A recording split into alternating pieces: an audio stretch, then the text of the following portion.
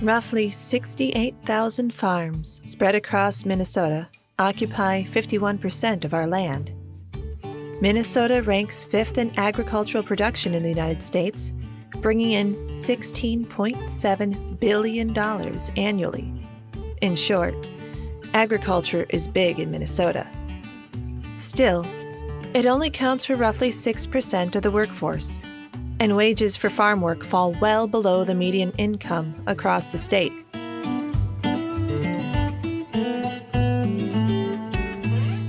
This is Min Central Currents. I'm your host, Teresa Meese.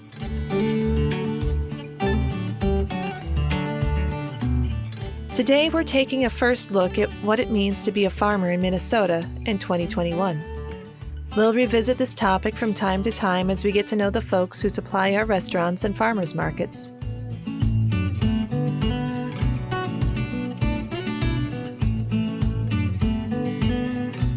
First, we'll hear from Bruce Anderson, who reminds us of what farming and small-town life looked like from the early days of European settlement in the region.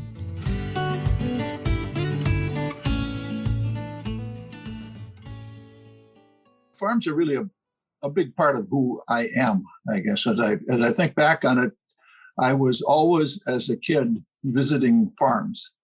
We lived in Fargo, North Dakota, but within 40 miles, I had 3 aunts and uncles who farmed. My paternal grandfather had come from Norway about 140 years ago, actually, and as a 16-year-old boy with his 19-year-old sister and his 14-year-old brother, which had to be an amazing trip. They wandered around Iowa a little bit and then settled in southeastern North Dakota in Richland County, where my grandfather and his older sister and probably his younger brother went to work for one of the Bonanza farms there. And Bonanza farms were a unique part of North Dakota that was created after the Panic of 1873, put the owners of the Northern Pacific Railroad in a real financial bind, and they started trading land for the money that they owed the bondholders in that case. Most of them are big wheat farms, but the one that my grandfather worked on was really more of a ranch, a 6,000-acre ranch along the Cheyenne River. And after a while, he earned enough money, saved enough money to buy some land from the Northern Pacific and also to use the Homestead Act to get some land. And he farmed south of a town called Leonard, North Dakota. Raised 3 daughters and a son. My father was the last of the 3. And after his wife had died and a couple of his daughters had married, he sold the farm, moved to town, and he became a cattle broker. And my father started a trucking business. He hauled cattle to West Fargo, North Dakota, hauled grain to Valley City to the mill and flour back from the mill, just about everything. Even cleaned his truck up and put a tarp over the top and hauled people to the state fair in Fargo in the fall. As I said, my aunts and uncles continued on the farm. One of them had what I now would consider a ranch, but then I thought ranches were huge things in Texas. But he raised beef cattle. Another was strictly a crop farmer. And my third was kind of an old McDonald had a farm kind of a guy. Had, a few cows, a few pigs, more of subsistence with a little sale. I know in my dad's case, and my grandfather, I never knew my grandfather. He died before I was born. As I'm the youngest son of a youngest son, so they didn't talk much about the Depression. But I know in going over family documents now that my grandfather's cattle business obviously went down during the Depression, as nobody was selling cattle. That took my father's trucking business down. So there was a lot of people that had to start over after the Depression. The government was buying up cattle and basically just slaughtering them, not using them for anything, just to try to support farmers in up and down the central part of the United States during the Dust Bowl days. I do know that one of my uncles, as soon as the soil bank program came into being in the middle 50s, he quickly took advantage of that and moved to town so he could get off of that hard work and maybe have a steady income. I know money wasn't the driving force. Nobody was going to get rich in North Dakota, even though you had marvelous soil in that area. The farms were too small. They were really local exchanges with the people that lived in the area. And each of these farms was kind of wed to a nearby town. There was a real symbiotic relationship back in those days between the town and the farm.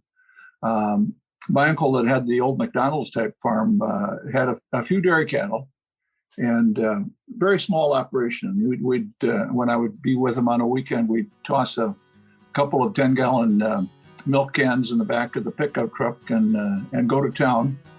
Drop them off the creamery, which was also owned by a cousin of my father, and then have a great time in the soda shop, the hardware store, all of the good things that went on in that town. I lost track of that as I grew older. Farm life wasn't as attractive as going to scout camp and being by the lake and so forth. So I do have a couple of relatives who still farm out there.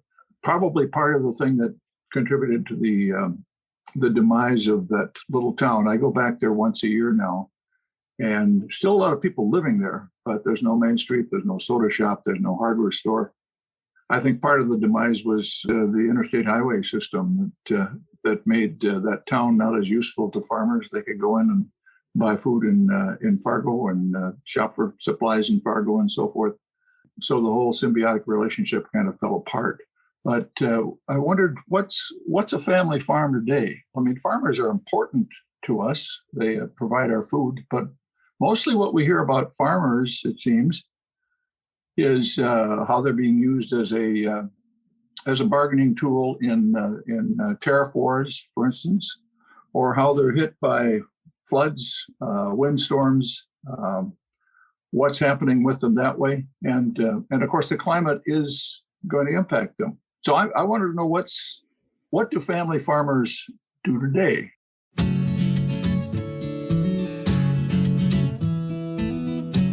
Thank you once again, Bruce, for sharing your recollections of the family farm and how rural life has changed over the years.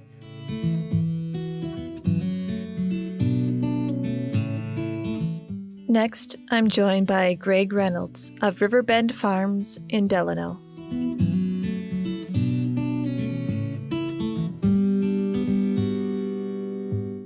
This is a dead-end dirt road, so not a lot of people. We're never getting cable. Right. I'd like to note that we started and stopped this interview a couple times because the internet service where Greg lives is not top-notch.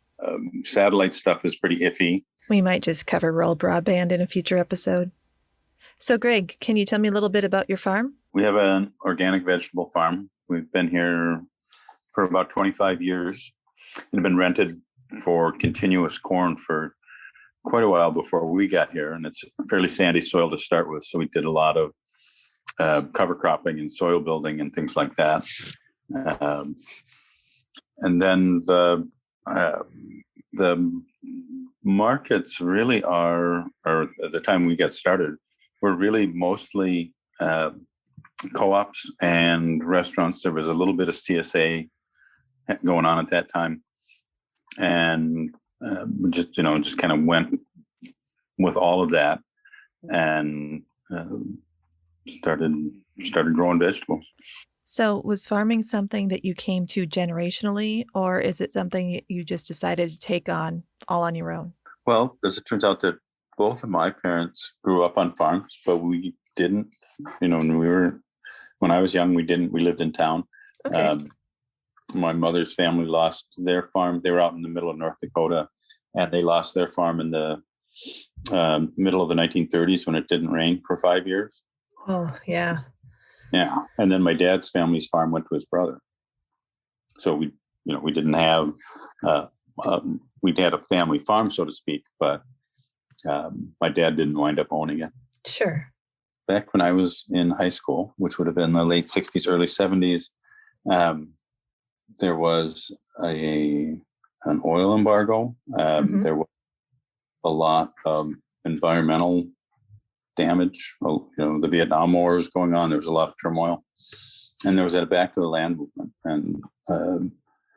And I was in high school. I was too young to do anything with that, but but it still made an impression on me. So it sounds like you came to farming through an environmental inspiration. Initially, it was, soil building, being able to have a sustainable farm in this place and make a living at it. And so when we got here, it was the idea to try to leave something a little better than we found it. It was probably a 3 or 4 year process to get the soil to be productive again, without with being certified organic. We don't have access to chemical fertilizers and things like that. So it's compost, it's cover crops, it's that sort of stuff.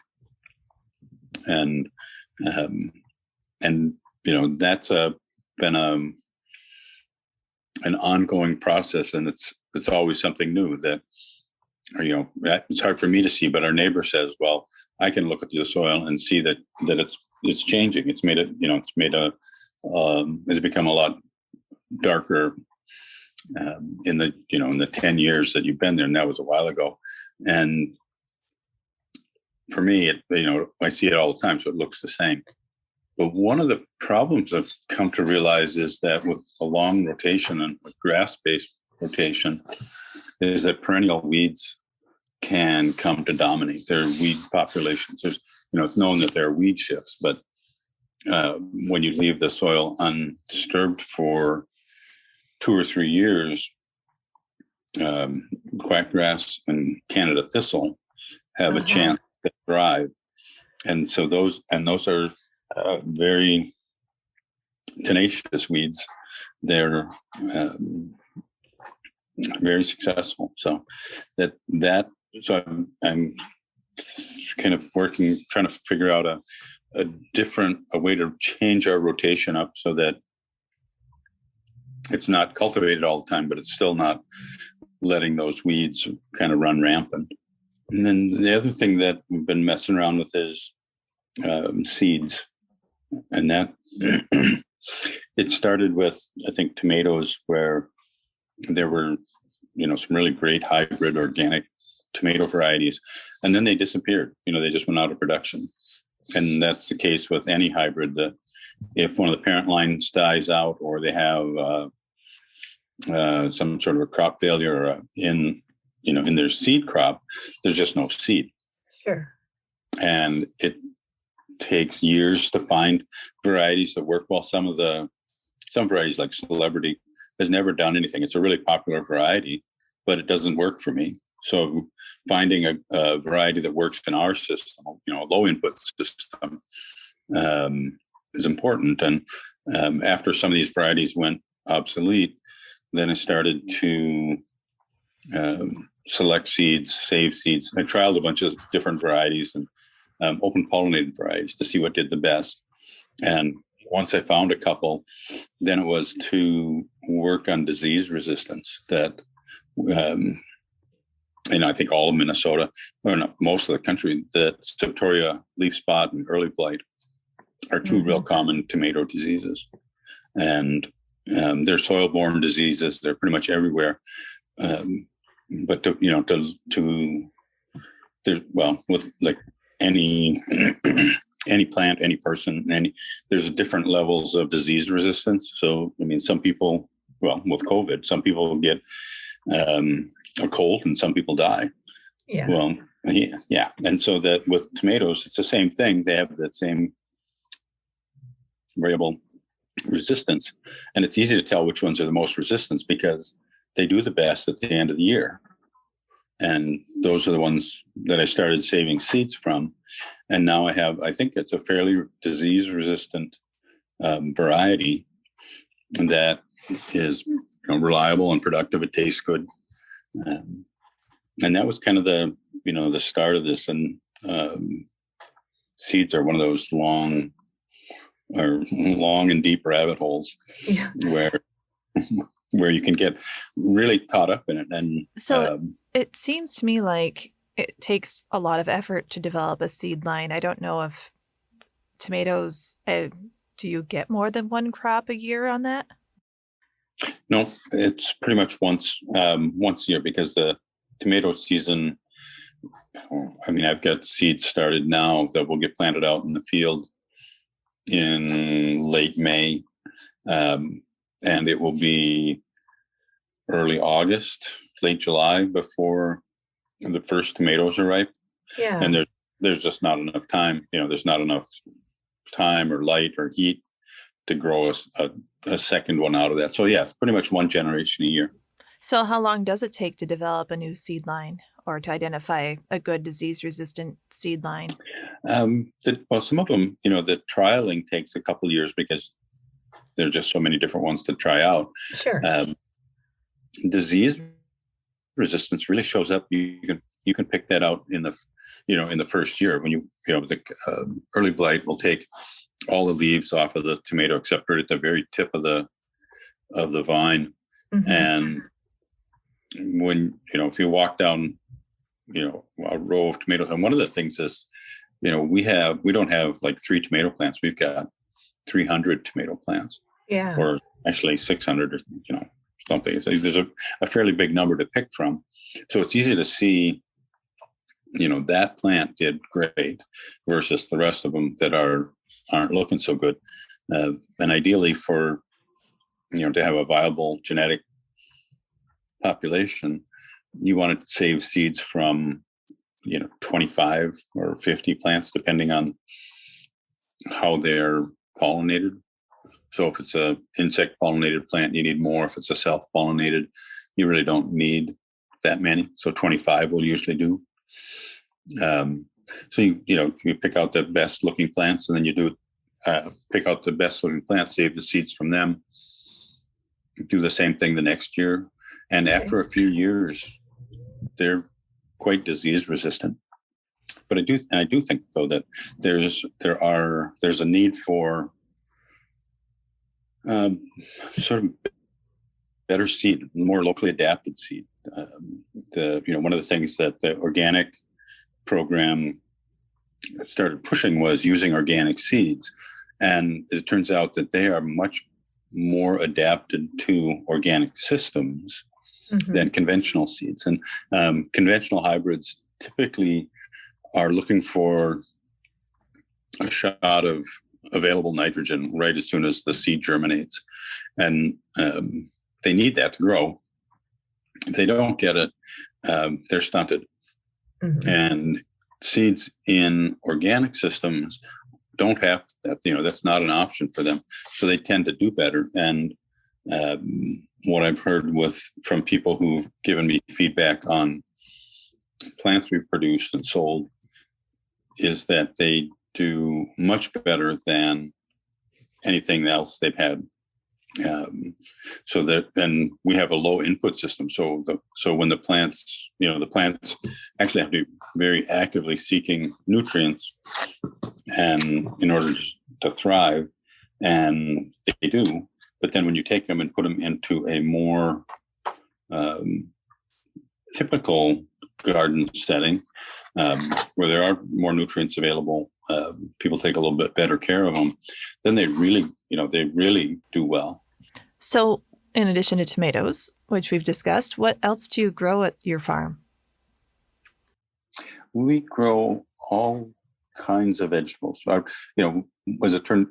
As time went on, our market moved to restaurants that were interested in local food, and so their menu changes through the year. So they always want something new and something interesting and something delicious. Mm-hmm. So we have tomatoes, peppers, eggplant, a bunch of different greens and lettuces, radishes. It all depends sort of on how the food market or food trends sort of go. Sure. And there are people that I've worked with for years who are doing different things. Mike Phillips at Red Table had restaurants for years and years, got into charcuterie and then started a salami factory. And there are certain Italian sausages that are made with paprika, and He makes one. He buys as many paprika peppers as he can get, and then makes a spicy salami. And it's you only can make it for a short time because there's only so many peppers available. So this year I'm going to try to grow him 1,000 pounds or 2,000 pounds of peppers. Oh, wow. Yeah. And that will last him about, he thinks it'll last him about 2 months. Oh, geez. So Wow. there, those kind of things. There are other people who are interested in fermenting and pickling and things like that. So they have particular recipes that they want to do. Some people want to make cornichon, so it's little tiny cucumber pickles, or they want to ferment carrots, or they're making some tomato dish, or they want to preserve tomatoes for the winter. It's just a long list of things that they're interested in doing that are really fun, really interesting things. So do you sell a lot of your produce to local restaurants? Is that kind of a change from how agriculture used to work? If you go back 30 years, there was very little, if no restaurants using local produce. I mean, it was very, very small. And now farm to table is a pretty recognized thing. What's something you'd like the public to know about what it's like trying to make a living as a farmer in today's market? Farming, and it seems like the whole food system is based around small margins, where grocery stores have really small margins, restaurants have really small margins, farms have really small margins. And I think it's a function of what was a cheap food policy, dating back 40 years, 50 years. And that causes a lot of the problems we see in agriculture. I mean, that's why the neighbor that rented this farm only grew continuous corn here. It was the cheapest crop that he could grow. And he didn't know that he would be able to rent it the next year. So it didn't make any sense for him to try to improve the soil. He would just put in anhydrous ammonia or whatever the cheapest nitrogen source was, grow the corn crop. And that was it. So, nobody wants to raise 3,000 acres of soybeans. I mean, it's a boring, if they did all the work themselves, it's really boring. It's a lot, it's a lot of just sitting there looking at this thing. But they have to, because they don't make any money growing them. And, in the 60s, early 70s, people spent about 17% of their income on food. And this is where the internet failed us for a while. We were able to reconnect and pick up the conversation talking about what sort of new things Greg was working on at his farm. I want to work buckwheat into my rotation because it's a fast growing crop. It can outcompete a lot of the weeds. So then the question is, what do I do with it? And one of our CSA members is from France, and we got to talking about what we were doing. At the time, it was cleaning seeds, and it was buckwheat. And she was really excited, and she asked if I ever made buckwheat flour, because Sunday night they make crepes. Oh, and yes. It's a regular thing. It just and then I started asking around, would that be something people would use? And as it turns out, a lot of the restaurants would be excited to have a local buckwheat flour or something like that, where they could make a special dish, and it wouldn't be something necessarily on the menu all the time. But that's a way to it would help with my weed problems in my crop rotation. Yeah. And it would be something that I could actually sell. So do you see any space for some of these more unique grains picking up in the general market? there seem to be two different scales of farming. Mhm. So, and things that I can get by with because we're small enough, we can, grind 20 pounds of buckwheat and make flour, and that works great. If you have a rail car full of buckwheat, I'm not sure where you'd process it. Sure. That mid-scale processing thing has disappeared. It's like there's no slaughterhouses for people with half a dozen cows or 10 pigs. Local meat is there's a lot of demand for that, and frankly, it's a lot better than just about anything you can buy. Yeah. So, but there's no with industry consolidation, there are very few places left, and they're booked solid for 6 months or 9 months in advance. Wow. So yeah, so there's there are issues with the food system, but that's so. Well, this month we've been giving a little bit more attention to climate change and weather since Earth Day falls in the month of April. And I was wondering if you'd be willing to talk a little bit about how the changing weather patterns have impacted farming. The climate change thing is real and it's happening. And Yes. Part of it, part of the lack of insects is because they have a very specific temperature region they work in where they can reproduce. And when that shifts, they don't adapt, they die. And so bugs are really tough. They're very resilient. And when we do things that start to affect them, and neonicotinoids don't help and any of that, but when we do things that start killing off the bugs, I don't think that's a good thing. But it's there's always been storms where windstorms, hailstorms, lots of rain, all that. But one of the biggest ones lately has been temperatures. And one of the problems with global warming is that it's not uniform. And so, it's not quite as bad as every year we have winter and everybody says, oh no, global warming's not real. It's that with the jet stream breaking down, we can get,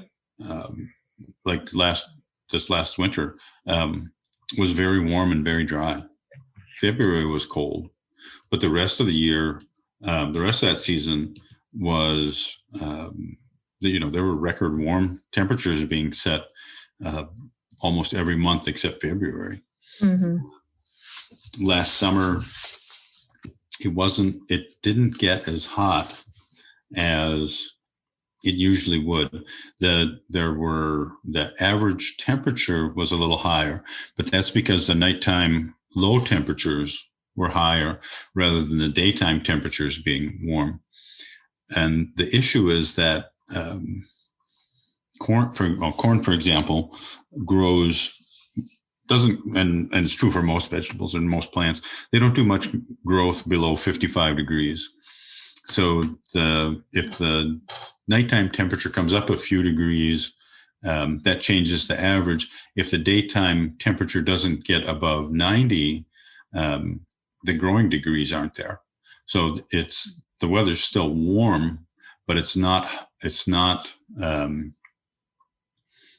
it's 110 degrees all summer long. It's the coolest temperatures during the day have come up. The highest temperatures in the day have actually gone down, I think, because yet that 1,000 pounds of peppers that Mike bought last year, he was actually looking for 6,000 pounds. Wow. And we have them, but they never ripen. The paprika peppers are only picked when they're ripe. And so these peppers have to go, they have to grow the peppers, go from green to red. They never made it to red. That there's still a ton of peppers hanging on, dead plants out in the field. And usually with that variety, at the end of the season, there won't be a pepper on the plant. I mean, it will be picked completely bare. But this year there's 75% of the crop still in the field. It didn't get hot enough to ripen them. And it's the same thing with there's an orange flint corn. I don't know are you familiar with North Circle Seeds? I am not. It's a new seed company. They're focusing on Minnesota raised seeds, and they reach out a little bit. I mean, people that grow seeds by Fargo or something, so it's not strictly Minnesota, but it's very much Minnesota based. And, sure. And so they're a new local seed company, and Zach Page did the seeds for White Earth Reservation. So he took care of their seeds, but then he started the seed company, and he's got an orange flint corn that he's interested in. And the idea is that it has the orange color indicates that it's got more carotenoids. It's the precursor to beta carotene. Sure. Okay. It's more nutritious corn, and I've been growing that out for him because we're 100 miles south, and it's warmer here. Last year it was the corn really had a hard time maturing and drying before it froze. So it's a kind of another indicator. And I was complaining about how poorly it yielded, and he said that, and I forget who did the research, but some people have done the research that the more nutritious the corn is, the lower the yield. So it's like a zero sum game. You can get 200 bushels an acre corn, but you have to feed twice as much of it to get the same feed value out of it. So. Well, this has been a very educational conversation with you, and I really appreciate you taking the time to be on with me. Is there a place where the public can find you, a website where they can contact you to order from your farm? We have a website, but it's pretty worthless. Okay. There is a description of our CSA there. The problem is I don't update the website very often. Yeah. When I get a chance or when I think I have to. But it's rbfcsa.com. So riverbendfarmcsa.com. So if not the website, how do folks contact you if they want to place an order? Send me an email, greg.reynolds@frontier.com.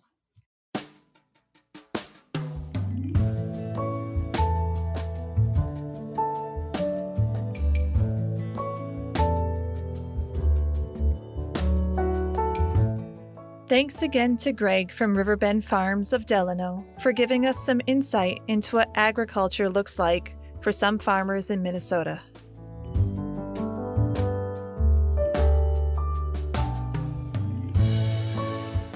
Enjoying this show? Tell a friend. We are available to stream through iTunes, Spotify, Google Podcasts, and most other podcast apps.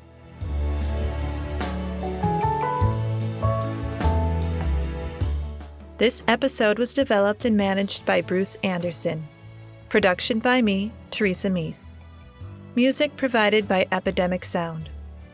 Contact us with your questions and comments at Min Central Currents, that's MINN, Central Currents with an S, @gmail.com. Our Twitter handle is @MinCentral, MINN Central, and you can follow us on Facebook too by searching Min Central Currents. Till next week.